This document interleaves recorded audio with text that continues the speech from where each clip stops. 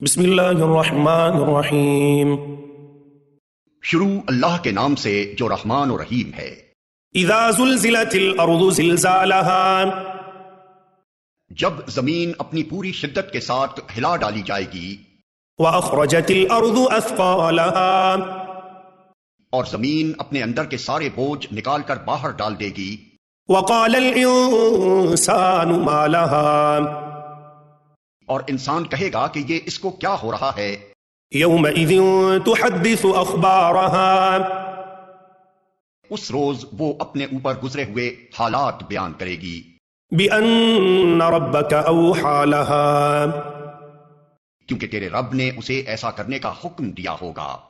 یومئذ یصدر الناس اشتاتا لیروا اعمالهم، اس روز لوگ متفرق حالت میں پلٹیں گے تاکہ ان کے اعمال ان کو دکھائے جائیں۔